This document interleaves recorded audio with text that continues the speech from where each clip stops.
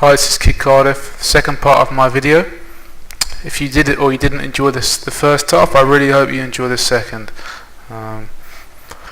We're now quite deep in the tournament. We have about 50 big blinds and aces under the gun. Yeah, let's play the hand.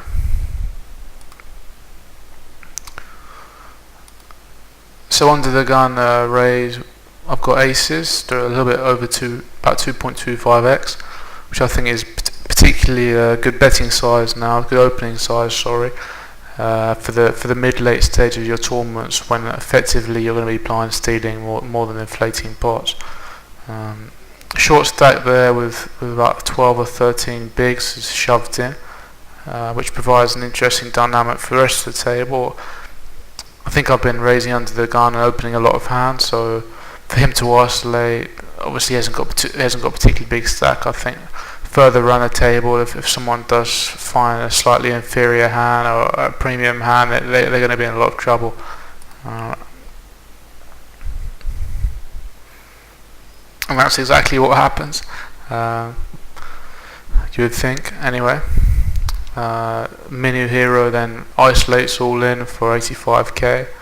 Sitting here with aces, you're just clapping your hands thinking that there could be a complete dream situation here to take out two players and two players all in before you with aces. Obviously make the snap call.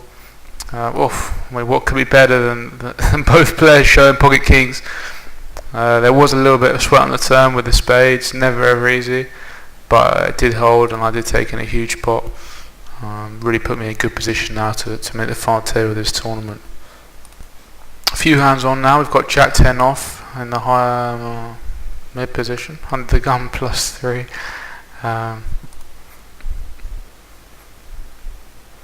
Min raise now. I've decided to do standard as we're going to be a lot steering the blinds. I think between min raise and 2.2x is fine. I think it's the most important thing. If you've got to keep it constant, you don't want to be like 2.25ing all your monsters and 2xing all your blasts, because a lot of the good players then they're really going to be realising. I don't think that's what I'm doing. I just think I'm a little bit careless. It's something to note on to improve in the future. I've 2x'd it here. Luna's flatted from the small blind with just under 40 bigs. The range of hands he's going to be here is pocket pairs and stuff that flops okay. I think pretty much all of his premium range, like 10s plus ace queen, he's going to be 3-betting. I think if he has slightly less chips, he might be able to get away with slow playing from the small blind, and because the pot's going to be slightly smaller now compared to his stack size, he's going to have less pot bets behind him. Obviously, if he's got less chips, it's going to make it much more easier to get it in post flop. As it happens, he's just decided to take the cheap shots, and it makes me think he's got more of the hands stated above previously. Well, the big blind's also completed because he's getting great odds there. He hasn't got too many chips. I wouldn't have been surprised to see a squeeze pre-flop, but I don't think he's got particularly much fold equity on Luna, who's called here. I mean, it's fairly obvious he's got some sort of hand. It's come down 4 queen 7, it's not a particularly wet board, but obviously it's got the flush draw on there. I'm going to put a c-bet in because I don't think very often physics has a particularly strong hand. And they're going to be folding a lot of the time if they don't hit this board. I don't think it's particularly great spot for Luna to be raise folding here, because he has put in quite a small raise. If he'd have made it sort of 22k or a little bit more, he's getting such good odds then if physics shoves that it's not a good spot for him to bluff, which makes me think that he's got a hand here most of the time, and he's probably not going to go anywhere. If I put a 4-bet in, I'm going to be burning money, so it's already pretty much decided I'm going to give up on this hand. I put in a standard c-bet. Physics then shoves, exactly what happened. I mean, I guess he can be shoving a lot of hands 6-5 at worst, or flush draws on queens. He did show a flush draw and he actually had a good equity against 7s, better than the queen does, but 7's held there. Okay, we've changed tables now. It looks like, yeah, with the chip lead of the table, we've got position on the second big stack, which is always ideal. I've just got about 80 big blinds. Pocket 10s now, and this is something I decided to talk about before I started the video. Sort of when to really extract the value and try and get the most value out of a hand, and when perhaps to decide to take the small ball route. I think more often nowadays it's much more better, and there's such a different dynamic at the table that getting in 10s pre-flop with sort of 70-80 big blinds can never be bad. But also depends on the villain. We're gonna see how the hand plays out now. So Jock and limps, which is a little bit of a fishy limp. I mean, thinking what you're limping there with 20 big. So I'm fairly sure he's probably the type of player to be limping a suited ace or something he wants to see a flop with rather than the premium. Although you could be wrong. No limit then puts in a smallish raise. Perhaps he didn't even see the limp because it's a really small raise.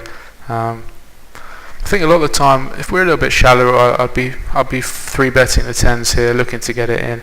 But we are the two biggest stacks at the table, and I thought, well, I mean, if I 4-bet, and he's not going to be calling a huge amount of hands out of position. I think if we do get it in here for stacks, I think 10s most of the time is completely crushed. So I may as well call. I don't think there's going to be too much value to be extracted if I do 3-bet here. So we're just going to play a pot in position. I think my 3-bet range is probably jacks. I think 10s is probably the worst hand I flat here.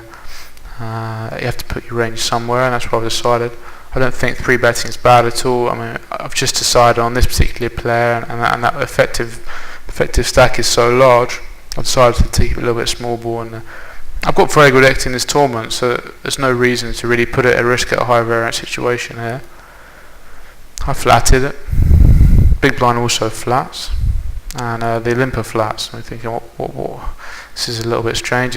Obviously I've flopped quite well. We've still got an overpair and a gut shot to the good end. There is a flush draw there. They all check round. I don't think checking here is bad. But I mean, as I said, I'm probably betting my bluff hands here and my draws. And probably the most guy I was worried about who can do me the most damage is no limit NL.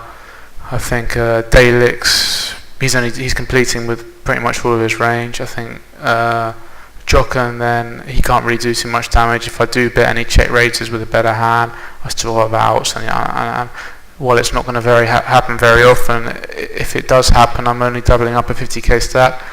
And I think if no limit NL did have a hand here, he's going to be leading. If he did lead, I'm just going to call and keep the pot small, as I decided pre-flop, and reevaluate the later streets. As it happens, it's checked to me, so I think it's good time to try and take the pot down.